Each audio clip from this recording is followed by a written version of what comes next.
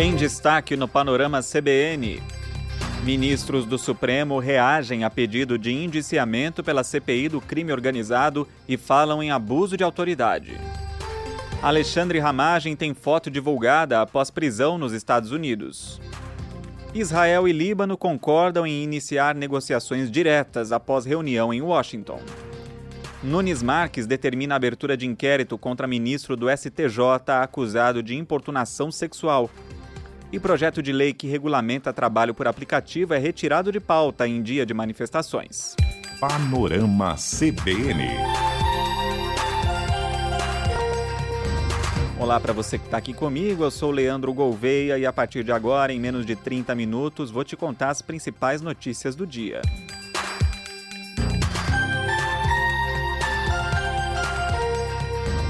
O assunto do dia em Brasília foi o relatório da CPI do crime organizado pedindo o indiciamento de ministros do STF e do Procurador-Geral da República. E o clima entre o Supremo e o Senado azedou de vez. O relator da comissão, senador Alessandro Vieira, do MDB, protocolou esse relatório final pedindo o indiciamento inédito de 3 ministros do Supremo e também de Paulo Gonet, o Procurador-Geral da República. O documento acusa as autoridades de crimes de responsabilidade, o que pode abrir caminho para pedidos de impeachment.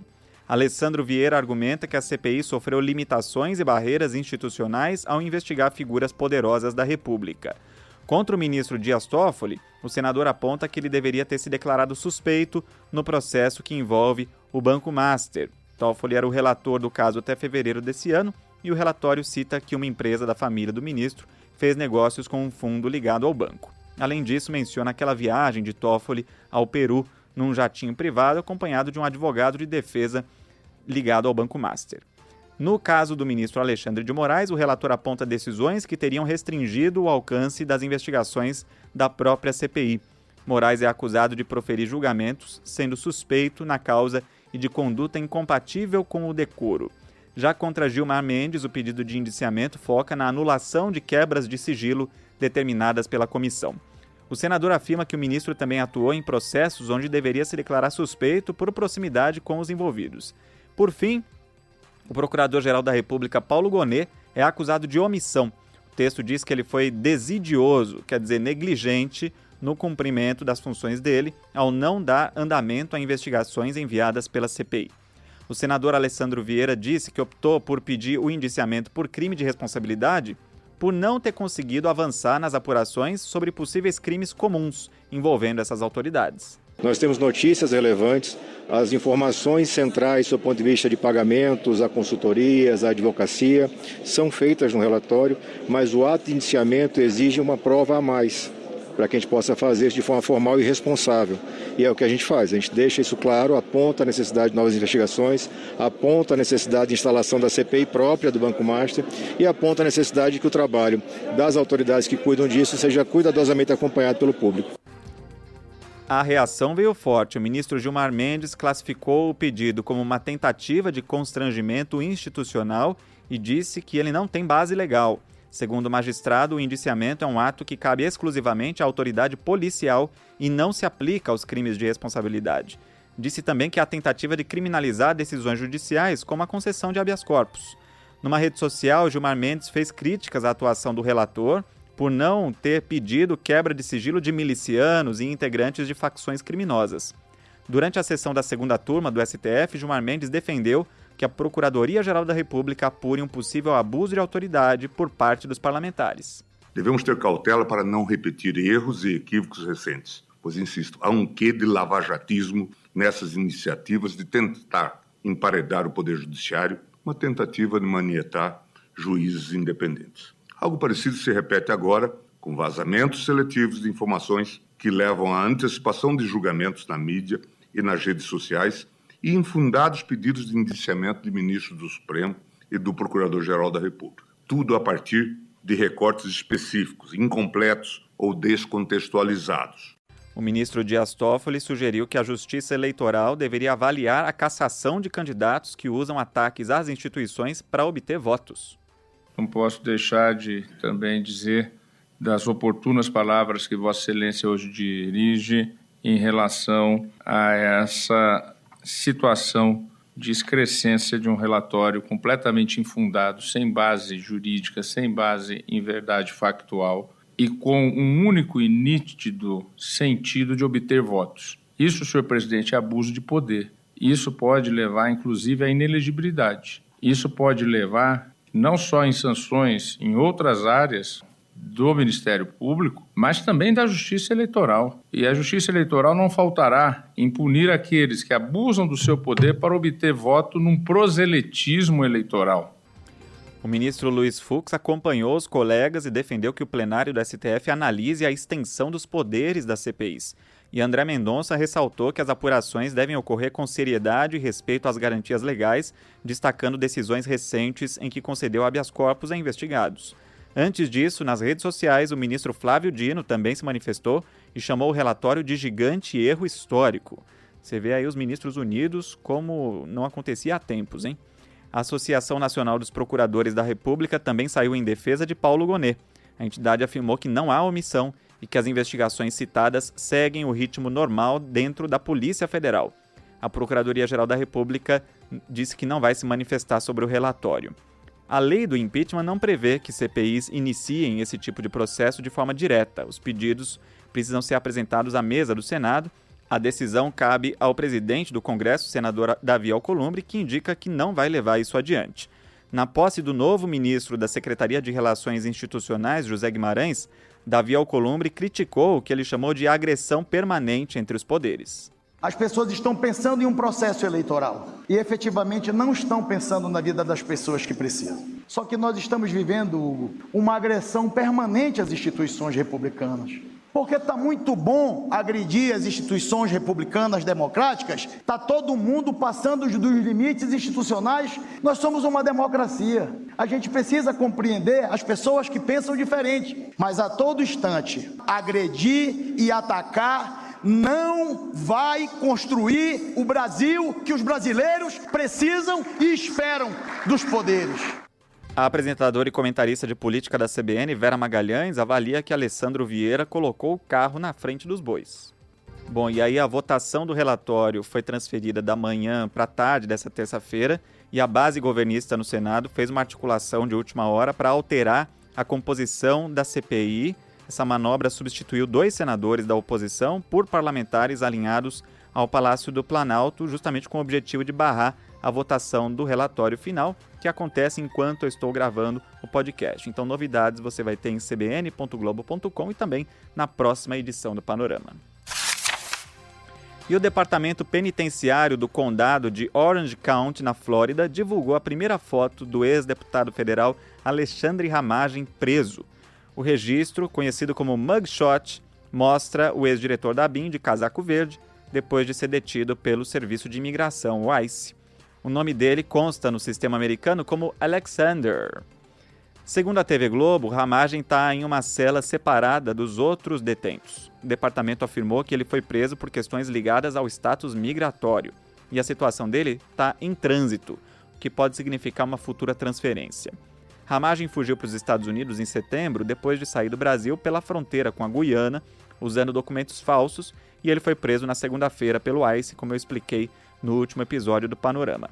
Agora, o processo nos Estados Unidos pode acelerar a deportação para o Brasil, mas também corre um pedido de asilo nos Estados Unidos.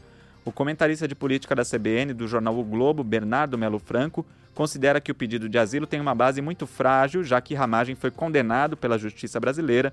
De uma forma ou de outra, o assunto já é tema de disputa eleitoral. O grupo que está no poder nos Estados Unidos do Trump tem muito mais afinidades com o bolsonarismo do que com o governo brasileiro. Então é possível que haja também, é bem provável, inclusive, que da parte de políticos trumpistas, parlamentares republicanos, até mesmo integrantes do governo Trump, haja uma tentativa de manobra, de convencimento para que esse asilo seja concedido. E caso ele receba o asilo diplomático dos Estados Unidos, aí sim, provavelmente, ele vai ser um defensor do Flávio, né, ao longo da campanha, pelas redes sociais. Agora, mais cedo, o presidente Lula deu uma entrevista para sites de esquerda lá no Palácio do Planalto e disse sobre o Ramagem o seguinte: ele é um golpista que está condenado, ele tem que voltar para o Brasil para cumprir a sua pena. Então vai ser, de um lado, ele sendo tratado como golpista, de outro lado, sendo tratado como perseguido. Mas o fato é que, para a justiça brasileira, para as instituições brasileiras, ele, de fato, é um criminoso condenado e foragido. Outro que fugiu para os Estados Unidos, Eduardo Bolsonaro, faltou ao interrogatório por videoconferência no Supremo Tribunal Federal, no processo em que ele responde por coação. Segundo a Procuradoria-Geral da República, o filho do ex-presidente Jair Bolsonaro tentou atrapalhar as investigações sobre a tentativa de golpe de Estado, buscando apoio do governo Trump para aplicar sanções ao Brasil e a ministros do Supremo como forma de retaliação. Com a ausência dele, o caso deve seguir agora para as etapas finais antes do julgamento. Indo ao Oriente Médio, o presidente dos Estados Unidos, Donald Trump, disse que novas conversas entre o governo americano e o Irã podem acontecer nos próximos dias. Em Washington, autoridades de Israel e do Líbano encerraram mais de 2 horas de negociações no Departamento de Estado. O texto final do encontro reforça a exigência de Israel pelo fim da influência iraniana no território libanês. O governo de Israel diz que o Irã financia e comanda as ações do Hezbollah. Por outro lado, os representantes do Líbano exigiram garantias sobre a soberania territorial do país. O governo libanês argumenta que Israel violou fronteiras com ataques realizados desde o início da guerra. Apesar das divergências, os dois países concordaram em iniciar negociações diretas. É a primeira vez em décadas que enviados das duas nações se reúnem pessoalmente. O Hezbollah não participou das conversas. Segundo o jornal The New York Times, os confrontos entre as forças israelenses e o Hezbollah continuam com força total, e o jornal destaca que esses combates são um dos 3 principais obstáculos para um acordo de paz. Os outros 2 pontos centrais são o programa nuclear iraniano e o controle do Estreito de Hormuz. Atualmente, essa passagem marítima segue bloqueada por 12 navios de guerra dos Estados Unidos e, de acordo com as Forças Armadas americanas, nenhuma embarcação atravessou o estreito nas últimas 24 horas. 6 navios receberam ordens para retornar a um porto iraniano no Golfo de Omã. Dados de sites de monitoramento do tráfego naval mostram que pelo menos 2 desses cargueiros são da China. Diante do bloqueio, o Reino Unido e a França estão articulando uma resposta conjunta.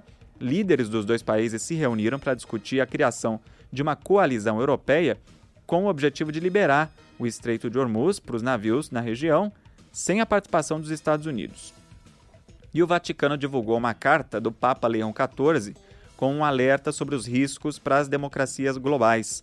O Papa afirmou que existe o risco de governos democráticos se transformarem em uma tirania majoritária. Mensagem que vem publicada 2 dias depois de o presidente Donald Trump criticar o Papa nas redes sociais, como você ouviu também na última edição do Panorama. Essa crise com o Papa também fez Trump bater de frente com a primeira-ministra da Itália, Giorgia Meloni, que é sua aliada. Na segunda, Meloni disse que as falas de Trump contra o Papa eram inaceitáveis e nessa terça, em entrevista ao jornal italiano Corriere della Sera, Trump disse que inaceitável é a postura da primeira-ministra na guerra, apesar de a Itália depender do petróleo daquela região. Trump alega que Meloni ignora o risco de o governo do Irã desenvolver armas nucleares. Nessa terça, Giorgia Meloni também anunciou que suspendeu um acordo de cooperação de defesa com Israel. Mas o mercado financeiro continuou otimista com as conversas no Oriente Médio. No momento em que eu gravo o podcast, o barril de petróleo do tipo Brent é negociado a $95, com baixa de 4%. O principal índice da Bolsa de Valores de São Paulo voltou a bater recorde, fechando com alta de 0,33% aos 198.657 pontos. O dólar comercial chegou a alcançar 4,97, mas fechou no mesmo valor do dia anterior, 4,99, com leve baixa de 0,07%. O euro vale 5,88, com alta de 0,2%. E o governo federal anunciou novas medidas para conter a alta dos combustíveis. O Ministério do Planejamento confirmou a ampliação do orçamento do programa Gás do Povo. Esse ajuste eleva o preço de referência do botijão de 13 quilos em até R$10, dependendo do estado. E o objetivo é evitar que revendedores abandonem o programa, que atende famílias do Bolsa Família com renda de até meio salário mínimo. O ministro do Planejamento, Bruno Moretti, disse que o impacto nas contas públicas vai ser de 300 milhões de reais. Para coibir lucros excessivos, um novo decreto vai obrigar distribuidoras a informar semanalmente a margem de lucro à ANP, que é a Agência Nacional do Petróleo. Quem descumprir as regras ou praticar preços abusivos vai poder pagar multas de até 500 milhões de reais.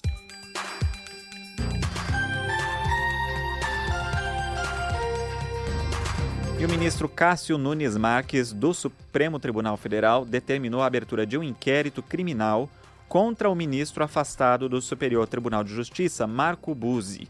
A investigação foca na denúncia de uma jovem de 18 anos que acusa o magistrado de importunação sexual. O caso teria ocorrido em janeiro desse ano, numa praia de Balneário Camboriú, em Santa Catarina, durante as férias da família do ministro. A decisão de Nunes Marques atende a um pedido da Procuradoria-Geral da República. O procurador Paulo Gonet disse que existem elementos suficientes para iniciar a apuração. O ministro do STF destacou que os depoimentos da vítima e dos pais dela dão base para a investigação. A defesa de Marco Buzzi nega qualquer crime.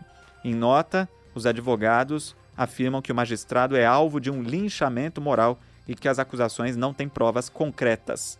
Além do caso em Santa Catarina, existe ainda uma segunda denúncia contra Buzzi, apresentada por uma ex-funcionária que trabalhou no gabinete dele no STJ. E a Polícia Federal afastou o novo prefeito de Cabedelo, na Paraíba, só 2 dias depois da eleição dele. Edivaldo Neto, do Avante, foi alvo da Operação Cítrico, que investiga um esquema de desvios e fraudes em licitações para financiar a facção criminosa Comando Vermelho. A operação aponta que um consórcio entre políticos e empresários movimentou 270 milhões de reais em contratos ilegais.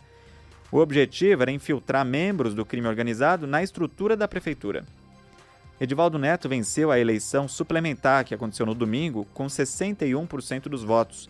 E essa eleição aconteceu justamente porque o ex-prefeito, André Coutinho, também do Avante, foi cassado por suspeita de ligação com o crime. Em nota enviada ao portal G1, a defesa de Edivaldo Neto negou as acusações, dizendo que o prefeito jamais manteve qualquer vínculo ou relação com facção criminosa. Com o afastamento, o vice-prefeito José Pereira, também do Avante, assume o cargo interinamente. Cabedelo fica na Grande João Pessoa e vive um cenário de instabilidade política desde o ano passado, quando investigações apontaram que secretarias municipais eram usadas para empregar parentes de lideranças criminosas em troca de apoio eleitoral. E motoristas e entregadores de aplicativos protestaram em várias cidades do país contra o projeto de lei que regulamenta a categoria. O ponto central é o valor da taxa mínima paga por entrega. O projeto propõe R$ 8,50 para trajetos curtos, enquanto a categoria e o governo exigem que esse piso suba para R$ 10. Os trabalhadores também cobram um teto de 30% para o ganho das plataformas e regras claras para o recolhimento previdenciário. A Mobitech, que representa empresas como Uber, 99 e iFood, disse que pontos como a taxa mínima no delivery podem desequilibrar o mercado, mas disse que está disposta a colaborar com uma regulamentação equilibrada. O texto deveria ter sido votado na Câmara nessa terça, mas foi retirado de pauta e não tem data para ir a plenário. E o Brasil atingiu um patamar inédito na gastronomia mundial com a nova edição do Guia Michelin. Em cerimônia no Hotel Copacabana Palace, no Rio de Janeiro, os restaurantes paulistanos Evai e Tuju foram promovidos e receberam 3 estrelas, que é a pontuação máxima da publicação. Com isso, o Brasil se torna o primeiro país da América Latina a ter 2 restaurantes com esse reconhecimento simultaneamente. No Rio de Janeiro, a novidade foi a estreia do Madame Olympe, dos chefes Claude Troisgros e Jéssica Trindade, que garantiu uma estrela. Gostou da minha pronúncia? Ao todo, o guia avalia critérios como a qualidade dos ingredientes, o domínio das técnicas e a personalidade do chefe na execução dos pratos. Agora, não recomendo para quem tem pressão alta, porque o preço é salgado. O menu degustação do Evai custa R$ 1.150. O principal menu degustação do Tuju, de 10 etapas, custa R$ 1.500 por pessoa, sem incluir bebidas e serviço.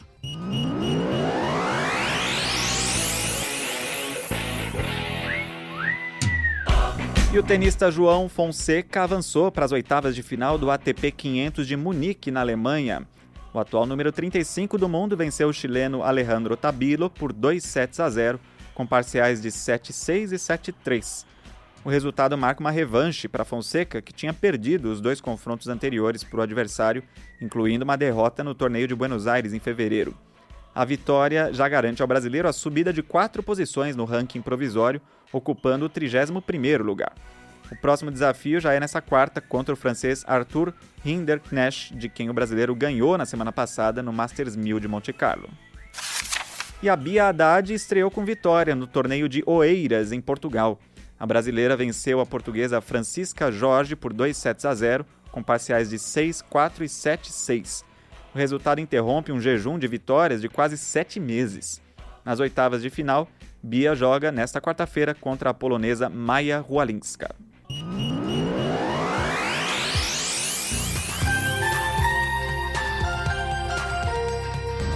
E antes da última notícia, convido você a mandar mensagem para o Panorama. Meu e-mail é leandro.gouveia@cbn.com.br.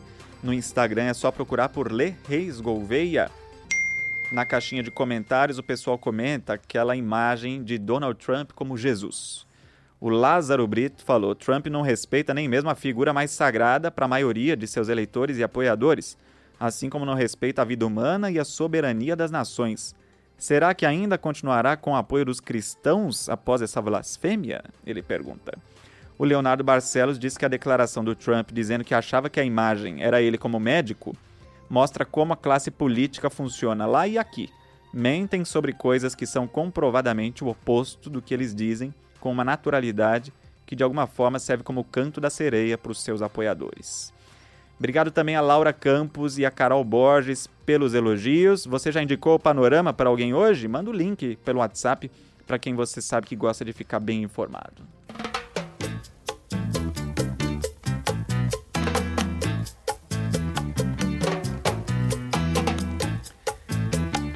Eu fecho o Panorama com uma notícia triste, viu? Morreu em São Paulo o compositor e produtor musical argentino Santiago Juan Carlos Manauti, conhecido como Mr. Sun. Ele foi o responsável por lançar a cantora Gretchen em 1978 e compôs os maiores sucessos da carreira dela, como Freak Le Bum Bum e essa aí, Conga Conga Conga.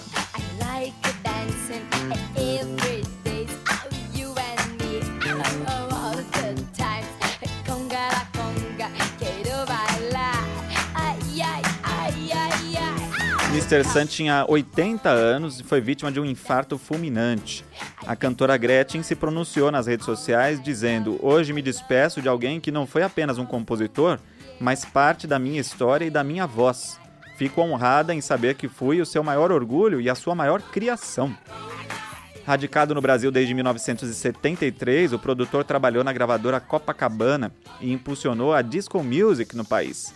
Além de Gretchen, ele produziu nomes como Rita Cadillac, Naim e o grupo de rap Black Juniors. Também é dele a música Baila Baila Comigo, do grupo Dominó, sucesso nos anos 90. Baila, baila comigo, baila, baila, meu amor, baila e mexe umbigo, e assim es que se baila melhor. Lembra dessa, hein? Assistindo o Gugu, Sabadão? De acordo com o ECAD, o Escritório Central de Arrecadação e Distribuição, Mr. Sun deixa 637 obras e mais de 1.500 gravações cadastradas. Dias atrás, o jornalista André Barcinski anunciou que terminou de escrever a biografia de Mr. Sun, que vai ser lançada ainda nesse ano. Mr. Sun foi velado e cremado nesta terça-feira. Mas a gente termina de forma animada, porque era assim que ele gostava de curtir a vida, era uma figura o Mr. Sun.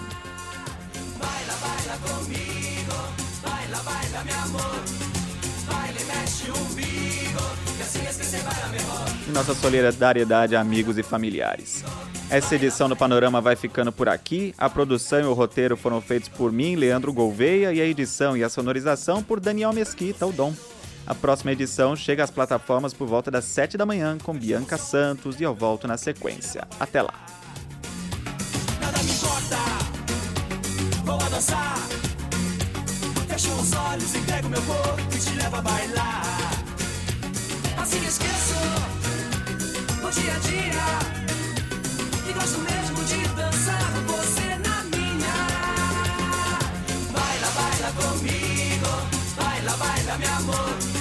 Baila e mexe o umbigo, que assim esquecer baila melhor. Panorama CBN. As principais notícias do dia em menos de meia hora.